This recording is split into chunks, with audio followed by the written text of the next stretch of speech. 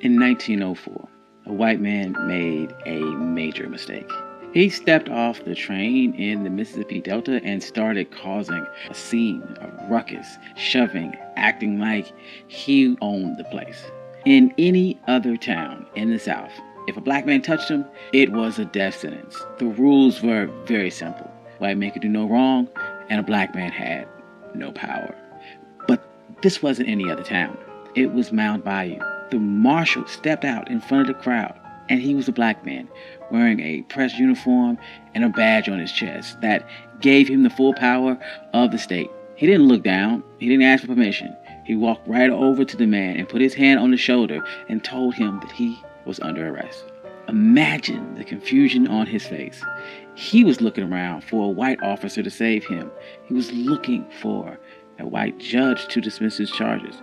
But he realized a terrifying truth. None of that was coming. The mayor was black, the judge was black, and the cops were black. For the first time in his life, the color of his skin was not a get-out-of-jail-free card. And this is the story of Mound Bayou. This is One Mic Black History. I'm your host, Country Boy. If you like stories like this, you can find more stories at onemichistory.com. But without further ado, let's get started.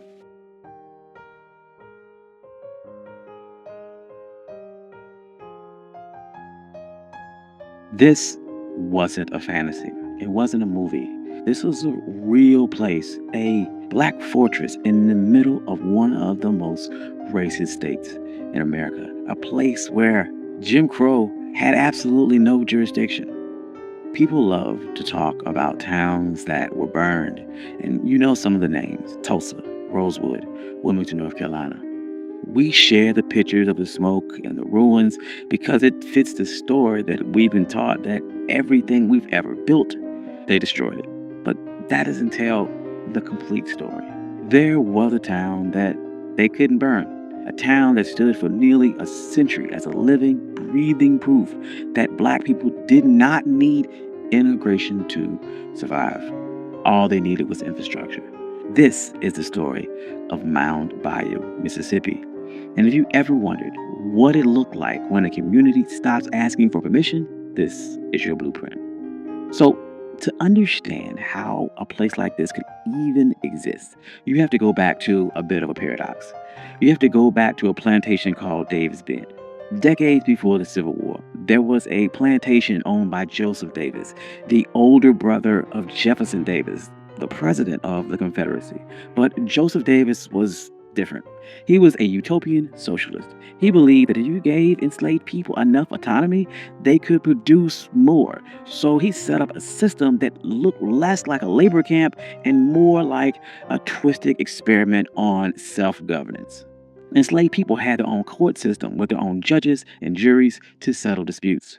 They were trained to be managers. They learned how to keep complex ledgers, how to negotiate contracts with steamboat captains, and how to run a massive agricultural enterprise. Growing up in this system was a young man by the name of Isaiah T. Montgomery. He was more than just a laborer. He was a secretary. He was in the room where deals were being made. He saw the paperwork, and he learned the hidden language of capitalism. When the Civil War ended, Isaiah looked around at the chaos of Reconstruction and saw the violence rising. He saw the Ku Klux Klan forming, and he realized something profound. Integration was a trap. As long as black people lived under white jurisdiction, they would never truly be free. He didn't want to fight for a seat at the table. He was trying to build his own damn house. He knew that he couldn't just take the land. He had to make a deal with the system.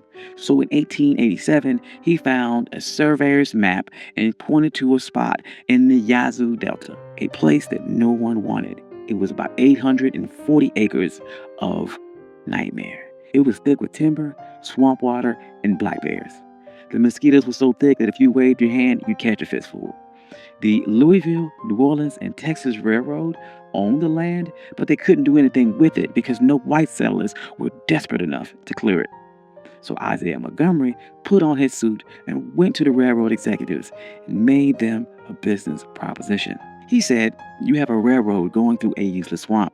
Sell it to us. We'll clear the trees, we'll drain the water, We'll plant the cotton, and we'll turn your empty tract into a gold mine. The white executives simply saw dollar signs. They thought they were taking advantage of a desperate people. They had no idea they were funding a fortress. Montgomery would purchase the land for $7 an acre. But here's where the genius part came in, and the part that changed history. He set up a charter for the town. The policy included that the land in Mound Bayou could only be sold to other black folks. Think about that. He used the exact same restrictive covenants that white neighborhoods like Levittown used to keep us out, but he flipped that weapon. He used it to keep the oppressors out. This created an invisible wall around his town. If you didn't own the land, you couldn't vote in the town elections. If you couldn't vote, you couldn't be the sheriff. You couldn't be the judge. By controlling the land, you controlled the law. He moved with some urgency. He knew that they were on a race against time. The first settlers crept through in rough shanties, fighting off malaria and wild animals while clearing the trees by hand. But within a decade, the swamp was gone, and the place was a bit of a miracle. By 1907, if you walked through the streets of Mound Bayou, you wouldn't have seen the struggle. You would have seen power. There were 13 black-owned stores. You would see 3 cotton gins humming with machinery. You would see a train depot that was busier than some of the white depots in neighboring towns. They even printed a newspaper, The Demonstrator, because if you didn't control the media, someone else would write your story for you. But this isn't just about buildings. The town also closed the loop on economics. In most places, a black farmer would grow his cotton, but he'd have to take it to a white gin to be processed. The white owner would then cheat him on the weight, and then he would take his money to a white bank where they would charge him predatory interest, and he would spend it in a white store that wouldn't even let him try on shoes. Every black dollar went into white hands immediately. But Mound Bayou changed that. The cornerstone of this strategy was the Bank of Mound Bayou, founded in 1904 by Charles Banks. They called him the Wizard of Finance. He understood that freedom wasn't real unless you could fund it. When he opened the bank, it wasn't just a place to store cash.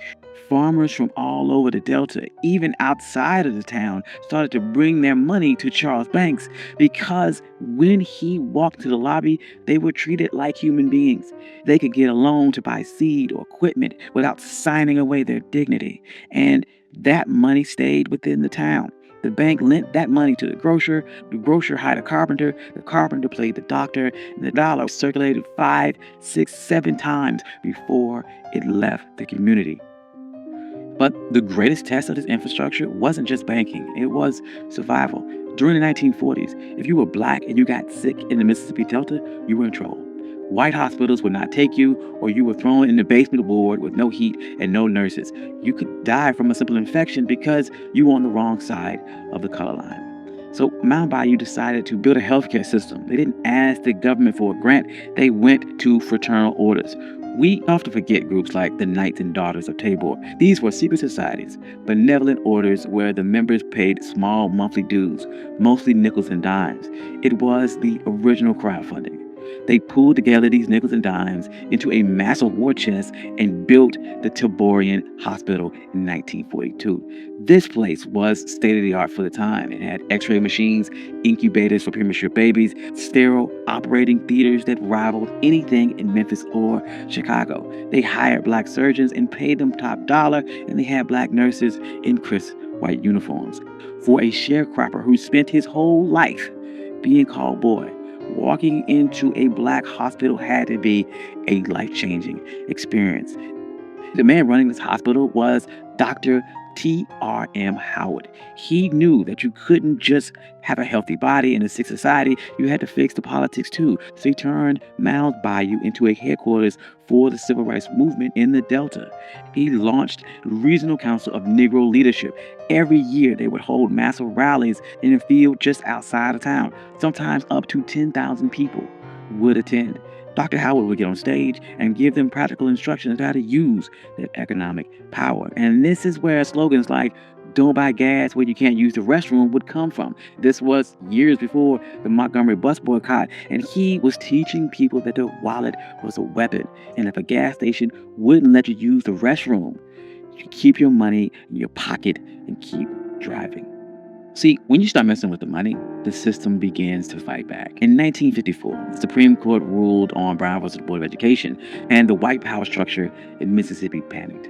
They formed the White Citizens Council. These were bankers, politicians, and merchants. They were called the middle class Ku Klux Klan.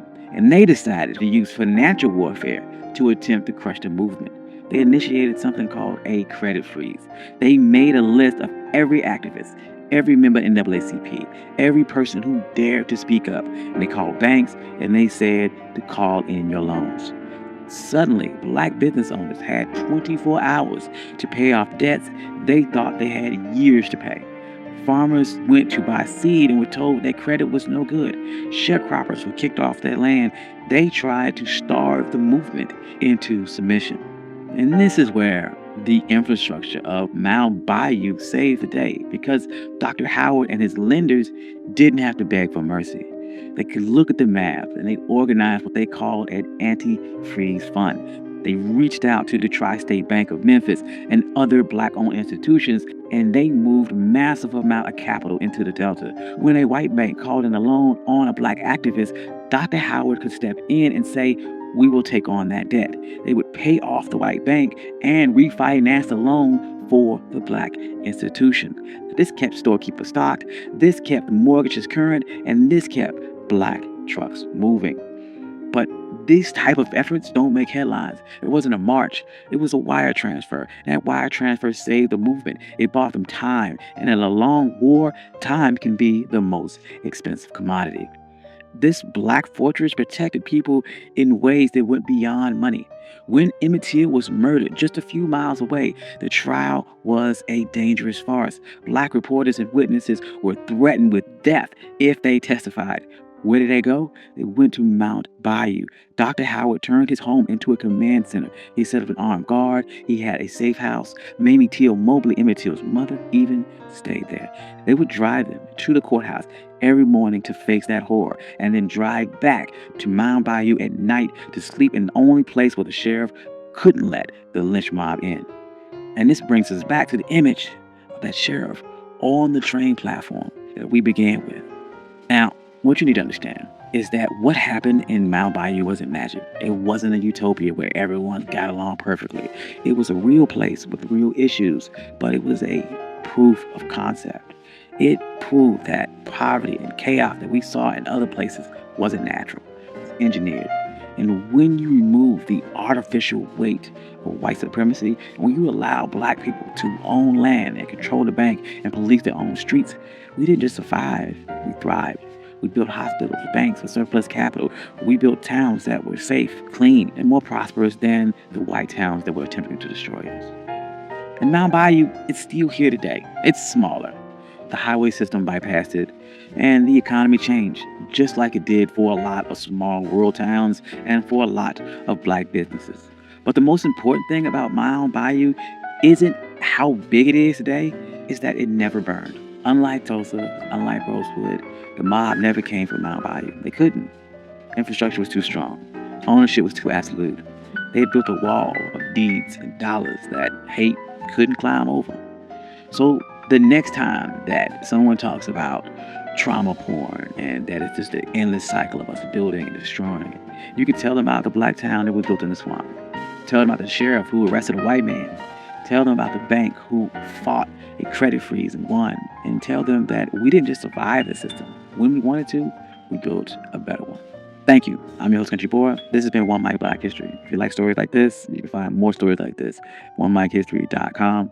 I also have a Substack. I would love to see you there. I post articles every single week, and I post notes every single day. I'd like to thank all my day ones, my financial contributors. I love every single one of you. Without you, none of this could be possible. Peace.